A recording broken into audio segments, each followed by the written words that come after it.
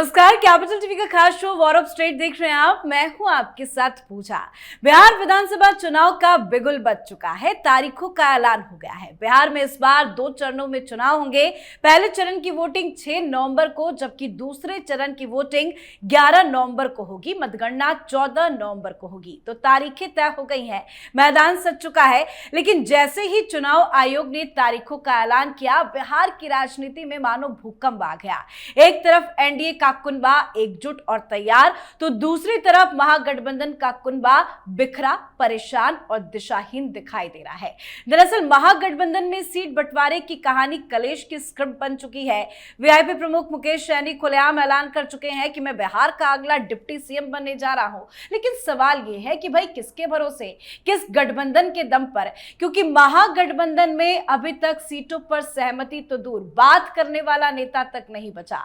राहुल गांधी विदेश में छुट्टियां मना रहे हैं और पटना में पूरा गठबंधन लीडरशिप की तलाश में भटक रहा है। बिहार चुनाव जैसे महत्वपूर्ण मोर्चे पर राहुल गांधी की अनुपस्थिति कांग्रेस के अस्तित्व पर प्रश्न बन गई है और यही कारण है कि आज महागठबंधन की गाड़ी बिना ड्राइवर की बस की तरह डगमगा रही है। वहीं दूसरी तरफ देखिए, एनडीए का चेहरा एकदम क्लियर है। नीतीश कुमार और पीएम मोदी की जोड़ी ने बिहार में विकास का बिगुल बजा दिया है। तो चुनाव की तारीखों के ऐलान के साथ ही कैसे फंसा महागठबंधन, बताएंगे आपको। चर्चा के लिए मेरे साथ स्टूडियो में मौजूद हैं कैपिटल टीवी के editor in chief doctor Manish Kumar और हमारे senior journalist Raj Singh. Sir, आप दोनों का बहुत बहुत स्वागत है। धन्यवाद। सर, आज तो चुनाव की तारीखों का ऐलान हो गया, 2 फेज में वोटिंग। किसके लिए फायदा, किसके लिए नुकसान? देखिए, फायदा नुकसान तो अपनी जगह पे है, लेकिन सवाल ये है कि क्या विपक्ष पूरी तरीके से तैयार है? बॉडी लैंग्वेज तो बिल्कुल ही डिमोरलाइजिंग दिख रहा है। तेजस्वी यादव आज मीडिया के सामने आए, वो खुशी और वो उस तरह का जो एक बॉडी लैंग्वेज होना चाहिए, जिस जोश की जरूरत है, वो साफ साफ तेजस्वी यादव के बॉडी लैंग्वेज से नजर नहीं आ रहा था। मतलब क्लेश बहुत ज्यादा है। उनको मालूम है कि प्रिपरेशन में, नैरेटिव बिल्डिंग में, मुद्दा उठाने में वो लोग पिछड़ गए। अगर चुनाव में आपको बहुत ज्यादा आगे बढ़, जबकि आपकी लड़ाई बीजेपी जैसे इलेक्शन मशीन से है, तो कम से कम अभी तो यही चर्चा होनी चाहिए थी हर जगह कि सरकार जाने वाली है, सरकार जाने वाली। देखिए, महाराष्ट्र का चुनाव, सरकार जाने वाली, बीजेपी नहीं जीतेगी, नहीं जीतेगी। हरियाणा नहीं जीतेगी, नहीं जीतेगी। हर जगह चर्चा, भाई कांग्रेस वापस आएगी, कांग्रेस वापस आएगी। छत्तीसगढ़ में कांग्रेस वापस आएगी, कांग्रेस वापस आएगी। यही चर्चा हो रहा था। मतलब इस बार महागठबंधन माहौल भी नहीं बना पाई। माहौल नहीं बना हुआ है। उसका सबसे बड़ा कारण यह है कि आपने ये भानुमति का कुनबा, यहाँ का ईंट कहीं का रोड़ा, भानुमति ने कुनबा जोड़ा, और ये कुनबा जो है ये अपने अपने हिसाब से अलग अलग तरीके से बज रहा है, बिखर रहा है। तो this is not a very good sign for opposition in Bihar. और भारतीय जनता पार्टी, एनडीए का प्रिपरेशन का स्तर देखिए, तो इन लोगों ने तो खजाना खोल दिया है। 1.25 करोड़ फैमिलीज को 10,000 रुपए उनके खाते में ट्रांसफर हो गया है। तो इधर तो एक तरफ बल्ले बल्ले है और दूसरी तरफ जो है सब कुछ थल्ले थल्ले नजर आ रहा है। तो चुनाव तो अब बहुत नजदीक है, ठीक 1 महीने के बाद फर्स्ट फेज की वोटिंग है। आपको क्या लगता है कि कहां कमी रह गई है महागठबंधन में, और एनडीए की तैयारी क्या दिख रही है आपको? देखिए, महागठबंधन के साथ सबसे बड़ी प्रॉब्लम यह है कि वो एकजुटता नहीं दिख रही है और क्लैरिटी नहीं है कि लीडर कौन है। पहले ये लोग कहा करते थे कि भाई एनडीए में क्लैरिटी नहीं है, उनका लीडर कौन है। नीतीश कुमार को लेकर के बहुत उहापोह की स्थिति है।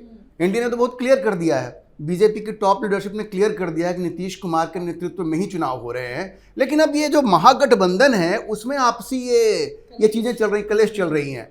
अब आप देखिए कि जो तेजस्वी यादव है, उन्होंने तो कहा कि वो चाहते हैं कि राहुल गांधी प्रधानमंत्री बने, लेकिन वो ये चाहते थे कि राहुल गांधी कह दें कि उनकी भी इच्छा है कि ये मुख्यमंत्री बने, लेकिन वो राहुल गांधी ने नहीं कहा।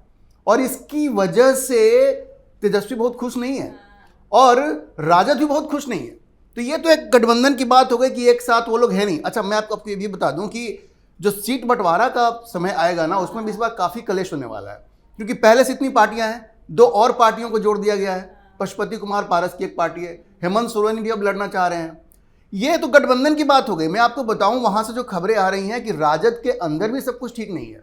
ये जो MY जो कॉम्बिनेशन है ना, राजद पूरी तरह से पहले जो वो कह रही थी कि हम A to G की पार्टी बन रहे हैं, अब वो चीज़ नहीं है। बिल्कुल यादवों का दबदबा है। कहते हैं कि 3 लोग ही हैं जो राजद को चला रहे हैं, तेजस्वी हैं, संजय यादव हैं और शक्ति यादव हैं जो वहाँ पे चला रहे हैं। अब ये जो संजय यादव हैं, उनकी वजह से पूरे राजद के अंदर बहुत क्लेश है, बहुत रोष है, और जो लोग नाराज हैं उसमें मीसा भारती भी हैं, रोहिणी आचार्य भी हैं, और तेज प्रताप तो है ही, वो तो उनको तो निकाल ही दिया गया है। तो राजद की स्थिति बिल्कुल ठीक नहीं है, और गठबंधन, अब देखिए मुकेश सहनी भी हैं उसमें, तो पूरी तरह से क्लेश है, कोई क्लैरिटी नहीं है। और देखिए राहुल गांधी के जाने के बाद, अब राहुल गांधी तो कोलंबिया चले गए, जब तेजस्वी को सबसे ज़्यादा ज़रूरत थी, एक तो डाइवर्ट भी कर दिया, ये वोट चोरी जा करके, वो कहाँ कह रहे थे कि करप्शन है, ये है वो है, वोट चोरी जा करके वहाँ पर उन्होंने चला दिया और भाग गए कोलंबिया। तो महागठबंधन में कोई स्पष्टता नहीं है, ना उनका कोई लीडर है और ना कोई क्लैरिटी, और आपस में काफी क्लेश है। लेकिन अब नहीं तो कब? अब तो डेट का भी अनाउंसमेंट हो गया है, क्लैरिटी नहीं है, क्लेश है, जिस तरह से सर ने भी कहा। लेकिन अब नहीं सीट बंटवारे पे फॉर्मूला तय होगा तो कब होगा? चुनाव के बाद थोड़ी ना होगा। देखिए सब अपने अपने हिसाब से डिक्लेयर कर रहा है ना। मीडिया वालों को सब बुला रहे हैं, पटना में वामपंथियों ने बुलाया, तो CPI CPM कह रहा है कि हमें 35 सीट चाहिए, 24 पे लड़ेगा CPI, 11 पे लड़ेगा CPM। और CPI ML वाले अलग से बुला करके बता रहे हैं कि देखिए हम तो चुनाव लड़ते हैं, अपनी पार्टी के लिए लड़ते हैं ना, कौन मुख्यमंत्री, हमारा तो कोई मुख्यमंत्री बनेगा नहीं, हमें मंत्री पद भी वैसा नहीं मिलता है, हमें तो बस ज़रूरत है कि हमारा विकास हो, हमारी पार्टी का जो है वो साख बढ़े, उसकी ज़्यादा से ज़्यादा सीटें आए, उसलिए हम काम करते हैं। तो हमें भी 40 चाहिए, तो हो गए 75। अब मुकेश सहनी के बारे में राज ने बताया, वो तो डिप्टी CM के साथ साथ 60 सीट भी चाह रहे हैं। कांग्रेस पार्टी का भी मैं टीवी पे बस देख रहा था कि कांग्रेस के सोर्सेज बता रहे कि 100 के ऊपर तैयारी चल रही है। तो भाई बचा क्या? 25-30 सीट पे लड़ेगी RJD। और दिक्कत क्या है कि वहां जिस हिसाब से राज ने बिल्कुल सही कहा, RJD के अंदर द्वंद्व है। पिछली बार आप 140 सीट के ऊपर चुनाव लड़ते हैं, कम से कम इस बार आपको 150 से 160 सीटें लड़नी थी, क्योंकि पिछली बार जो आप हारे, तो व्हाट वाज योर एनालिसिस आपका ये था कि हम इसलिए हार गए कि कांग्रेस को उनके औकात से ज्यादा हमने सीटें दे दी। वामपंथियों का स्ट्राइक रेट ठीक, कांग्रेस का स्ट्राइक रेट 70 में से आप जो है 19 सीट ही जीत पाए। तो ये जो बाकी के ऑलमोस्ट 51 सीटें वो आप हार गए। तो जब एक ही गठबंधन का हिस्सा वो 50 सीटें हार जाएगा, तो 50 सीटें तो आपने जितवा दिया किसी और को। तो आप ये समझिए कि हाफ मार्क जो है वो कांग्रेस पार्टी ही लेकर के चली गई। तो पिछली बार आपने जो हार के कारण बताए, वो ये बताया कि गठबंधन को हमने ज्यादा सीटें दे दी, इस वजह से हम हारे। अब तो स्थिति और भी बर्बाद लग रही है, क्योंकि और भी गठबंधन पार्टनर बन गए जिनके जीतने का, जिनके उस तरह के परफॉर्मेंस का। और मैं आपको बता दूं कि वामपंथी पिछली बार जीते तो जरूर थे, लेकिन उनके ओर से जो ऐलान किया गया है कि जितने भी जो विधायक हैं सिटिंग, वो चुनाव लड़ेंगे, तो उसमें इक्का दुक्का ही जीत के वापस आएगा। क्योंकि मैं उन इलाकों में गया, वहाँ इतना ज़्यादा लोकल एंटी इनकम्बेंसी है। मतलब पार्टी ये छोड़ दीजिए, बाकी लोगों की बात, ये सारी चीज़ें छोड़ दीजिए, राजनीति की बात, ये जो इंडिविजुअल MLAs हैं उसके खिलाफ उनके ही लोग जो है बड़े नाराज नजर आ रहे हैं। तो मुझे तो ये बिल्कुल ही एक तरफ अस्त व्यस्त विपक्ष नजर आ रहा है, और दूसरी तरफ बिल्कुल संगठित फोकस्ड गठबंधन NDA का दिख रहा है। और इससे बेहतर तो तेजो भैया निकले, वो अपना निकल लिए, और उनकी तैयारी जबरदस्त नजर आ रही है। कभी रैंप वॉक कर रहे हैं, कभी कुरान हाथ में लेके घूम रहे हैं, अलग अलग तस्वीरें आ रही है। उनका क्या इम्पैक्ट कुछ नजर आएगा इस बार के चुनाव? देखिए बहुत ज्यादा इम्पैक्ट तो नहीं होगा, लेकिन थोड़ा बहुत नुकसान पहुंचा सकते हैं। देखिए चुनाव में क्या होता है, राजद हर किसी को तो खुश नहीं कर पाएगा, तो जिनको टिकट नहीं मिलेगा उसमें कुछ नुकसान वो कर सकते हैं। और दूसरे, तेज प्रताप यादव ऐसी सीटों पे यादव कैंडिडेट खड़ा कर सकते हैं जो थोड़ा बहुत नुकसान कर सकते हैं। और खबर यह भी है कि जो NDA है उसकी भी नजर है तेज प्रताप पे, तो गेम हो सकता है। लेकिन इससे अलग बात यह है कि देखिए इस बार NDA ज्यादा मजबूत स्थिति में, पिछली बार चिराग पासवान अलग लड़े थे, इस बार वो बिल्कुल साथ साथ हैं। और अब जैसी खबरें आ रही हैं वहां से कि जो सीट शेयरिंग का मामला है वो लगभग तय है, 100 के आसपास दोनों सीटें दोनों लोग लड़ेंगे, जदयू और भाजपा। ये सारी चीजें तय हो गई हैं। 26 के आसपास शायद चिराग पासवान को मिलेगा, 8-8 सीटें उनको मिलने जा रही हैं, जीतन मांझी को और उपेंद्र कुशवाहा को। अच्छा, अच्छी बात यह है कि जो शाहाबाद का इलाका है, जहां आप देखती हैं आरा है, बक्सर है, वहां पे पिछली बार चूंकि पवन सिंह जो चुनाव लड़ गए थे, इस बार जाकर के उपेंद्र कुशवाहा से मिल आए हैं, तो इस बार वहां भी इक्वेशन पूरा सेट हो गया है। तो परिस्थितियां बिल्कुल एनडीए के पक्ष में हैं। अभी अमित शाह ने कहा है कि 160 से ज्यादा सीटों पे हमें टारगेट रखना है, तो बिल्कुल वहां पे क्लैरिटी है। अच्छा, एक चीज आप देखिए, जो राजद है ना, उसका वोट बहुत सीमित है। जैसा मैंने कहा MY, अगर आप वहां के दलितों से बात करेंगी, उनको सबसे ज्यादा डर किससे लगता है? यादवों से लगता है। सबसे ज्यादा जुल्म उन लोगों ने ही किया है। और ये जो एनडीए का गठबंधन है, और खास करके जो महिलाएं हैं, आप देखिए अभी 25 लाख महिलाओं को, जो सर ने कहा 1.5 करोड़, अगर एक फैमिली में 6 लोग होते हैं, 1.5 करोड़ लोग तो वहां पहुंच गए ना।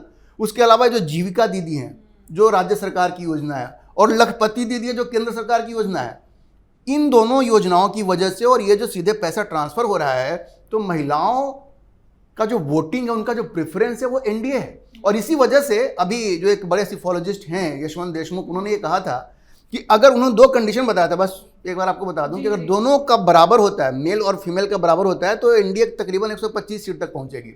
लेकिन अगर 3% भी ज्यादा महिलाएं वोट करती हैं, इसकी संभावना है, तो 175 सीट मिल सकती है, मतलब 2/3 से भी ज्यादा।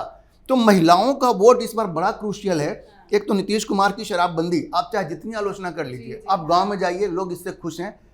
शराब लोग पी रहे हैं, लेकिन उनकी इतनी हिम्मत नहीं कि अब ड्रामा क्रिएट करें, और इससे जो महिलाएं हैं वो बड़ी खुश हैं, जिसका असर पड़ता है। तो महिलाएं इस बार बहुत बड़ा फैक्टर बनने जा रही हैं, और वो एनडीए को खुल करके सपोर्ट करेंगे। और आज लास्ट डे भी नीतीश ने सौगात दे दी, पटना मेट्रो का उद्घाटन पटना कर मेट्रो दिया। का उद्घाटन हो गया लोग नजर आ रहे है। हैं। बिल्कुल, हाँ। विकास जो है वो तो एनडीए ने किया है ना। जिन लोगों ने भी लालू और राबड़ी का दौर देखा है, और यही वजह है कि लोग भूल नहीं पा रहे हैं। अब जो नए नए लोग हैं, नए लड़के आए हैं, जो नए नए वोटर बने, उनको शायद याद नहीं हो, लेकिन जिन लोगों ने वो दौर देखा है, और हर किसी के घर में तो ऐसे लोग हैं ही, तो इसलिए एनडीए को क्लियर एज है।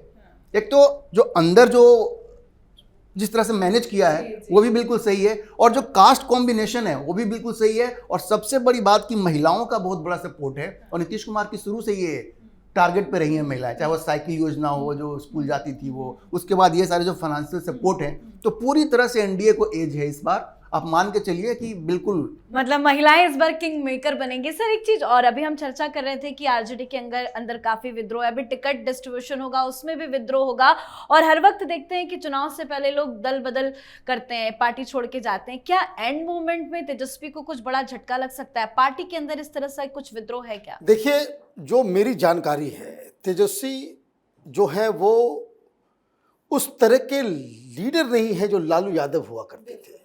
मतलब मेरे कहने का ये है कि जो लोकल लीडर्स जो पहले लालू यादव के साथ सीधे गए, जाकर के मिल लिए, 2 मिनट के लिए हा ही गप सप करके वापस लौट जाते थे, जो लोग जो रियल सेंस में जमीन पे आरजेडी के लिए मायने रखते हैं, उनको वो कहते हैं कि अब तो इनसे अपॉइंटमेंट लेना पड़ता है।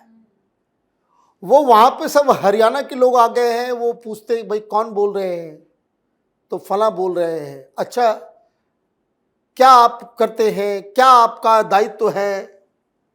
अब बिहार में तो ये ईगो का सवाल हो जाएगा कि हमको जानता ही नहीं है, इतने साल से हम आरजेडी में हैं। तो ये जो काम काज करने का जो तरीका रहा है, जो बाहर से हरियाणा से जो लोग आए हैं, उससे नाराजगी है। एक बात समझिए, ये मेरा हंच है और मुझे लग रहा है कि यही चीज होगा। आरजेडी बिना किसी डाउट के सबसे बड़ी पार्टी है संगठन की दृष्टि से। भारतीय जनता पार्टी अब तक 243 सीट नहीं लड़ी है, लेकिन आरजेडी का संगठन और ये सारी चीजें वो हर जगह व्याप्त है।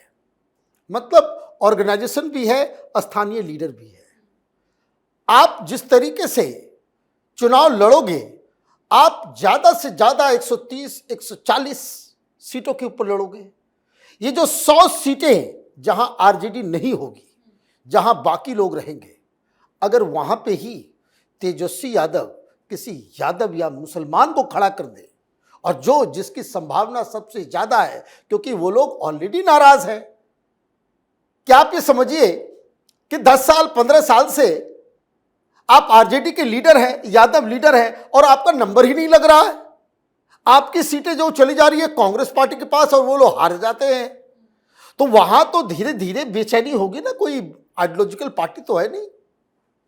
और यहां इनको दिखेगा कि भाई तेजस्वी यादव, और मैं आपको बता दूं इसकी पूरी संभावना है कि तेज प्रताप यादव और ओवैसी के बीच और एक दो छोटी पार्टियों के बीच वहां एक अलग गठबंधन, जिसकी खबर आगे आने वाले 2-3 दिनों में आप देख लेंगे। ऑलरेडी हिंट दे चुके हैं कि ओवैसी साहब अगर हमसे बात करेंगे तो उनके लिए हमारा दरवाजा खुला हुआ है। तो एक कॉम्बिनेशन उधर भी बनता नजर आ रहा है। और अगर ऐसा होता है कि जहां जहां आरजेडी के वो नेता जिनको टिकट नहीं मिलेगा वो तेज प्रताप के साथ अगर आ जाते हैं, तब तो ये खेल ऐसा खराब होगा तेजस्वी यादव के लिए, और सारी सेफोलॉजी, सारे सर्वे वो धरे के धरे रह जाएंगे। इतना नुकसान तेजस्वी यादव हमने कई बार कहा भी कि तेज प्रताप ही अपने भाई का नुकसान तेजस्वी का कराएंगे। सर, आखिरी सवाल, एक एक रिएक्शन आपसे लेंगे आखिरी में। प्रशांत किशोर को लेकर आप क्या कहेंगे, क्या लग रहा है, क्या होगा? वो भी कह रहे हैं कि 2-3 दिनों में वो भी सीटों का अनाउंसमेंट कर देंगे, टिकटों का बंटवारा कर देंगे। और ओवैसी को लेकर क्या कहना है आपका? देखिए, प्रशांत किशोर के बारे में पहले मैं आपको बता दूं, प्रशांत किशोर वही रोल प्ले करना चाह रहे हैं जो दिल्ली में एक समय अरविंद केजरीवाल प्ले करते थे। मतलब जिसको कहते हैं ना कि जो मन में आए आरोप लगा दो। तो ये बैगेज नहीं है, वो तो सत्ता में रहे नहीं है। तो आप ये कह दो कि ये बीजेपी खराब है, जेडीयू खराब है, हर कोई खराब है, लेकिन उनकी अपनी पार्टी में क्या है? अब वो कहते हैं कि 2 घंटे में वो उनको 11 करोड़ का कंसल्टेंसी मिल गया। कौन सा ब्रांड है भाई? आपका तो कोई बैकग्राउंड भी नहीं है। तो प्रशांत किशोर अभी क्या कर रहे हैं? देखिए, अभी उनके लिए एक्सपेरिमेंट है ये, है ना। अभी वो देखेंगे कि वो कहाँ पहुंचते हैं। मेरा जहां तक ख्याल है, प्रशांत किशोर मुस्लिम वोट पे ज़्यादा नज़र रखे हुए हैं। आप देखेंगे वो जाते हैं, कुरान की आयतें पढ़ते हैं, उनका इशारा, उनका जो निशाना है मुस्लिम वोट पे। साथ में जो सवर्णों का वोट है, कुछ वोट वो ले सकते हैं, ठीक है ना, लेकिन बहुत ज़्यादा वोट नहीं ले पाएंगे वो। लेकिन मुसलमानों के वोट में अगर वो सेंध लगाते हैं तो सबसे ज़्यादा नुकसान राजद को होने वाला है, ये आप समझ लीजिए। जहाँ तक आपने ओवैसी की बात की, ओवैसी आज भी मैं देख रहा था उनका भाषण, वो कह रहे थे भाई हर किसी का नेता है, मुसलमानों का कोई नेता नहीं है। वो अपने आप को पिच कर रहे हैं पैन इंडिया मुसलमानों का नेता बनने का, लेकिन वो राह इतनी आसान नहीं है। अगर बिहार के मुसलमान, कुछ जो सीमांचल का एरिया है वहाँ तो चलिए वो जीत सकते हैं, अगर हर जगह उन्होंने ये सब वोट काटना शुरू कर दिया तो फिर से नुकसान राजद का ही होने वाला है। तो मुझे लेकिन लगता नहीं है कि सीमांचल के एरिया को छोड़ करके वो बहुत ज़्यादा कुछ कर पाएंगे। जैसा सर ने कहा, वो तेज प्रताप के साथ गठबंधन की कोशिश कर रहे हैं। अगर ये गठबंधन होता है तो शायद वो ज़्यादा और कुछ पोटेंट हो जाए। But as on today Prashant Kishor या ओवैसी बहुत ज़्यादा कोई फर्क वहां पर डाल पाएंगे, ऐसा मुझे नहीं लगता है। बिल्कुल सर, बहुत बहुत धन्यवाद सर आप दोनों का। धन्यवाद। तो चुनाव को लेकर एनडीए तैयार है, चेहरा भी तय है और सौगातों की बौछार भी है। आज नीतीश कुमार ने पटना मेट्रो का उद्घाटन भी कर दिया और महागठबंधन में स्थिति उलट है। कोई राहुल का इंतजार कर रहा है, कोई सीटों की लड़ाई में उलझा हुआ है, तो कोई खुद को डिप्टी सीएम घोषित कर चुका है। यानी चुनाव से पहले ही महागठबंधन महासंकट में फंस चुका है। तो आपकी क्या कुछ राय है बिहार चुनाव को लेकर? कमेंट करके लिखिएगा। देखते रहिए कैपिटल टीवी। नमस्कार।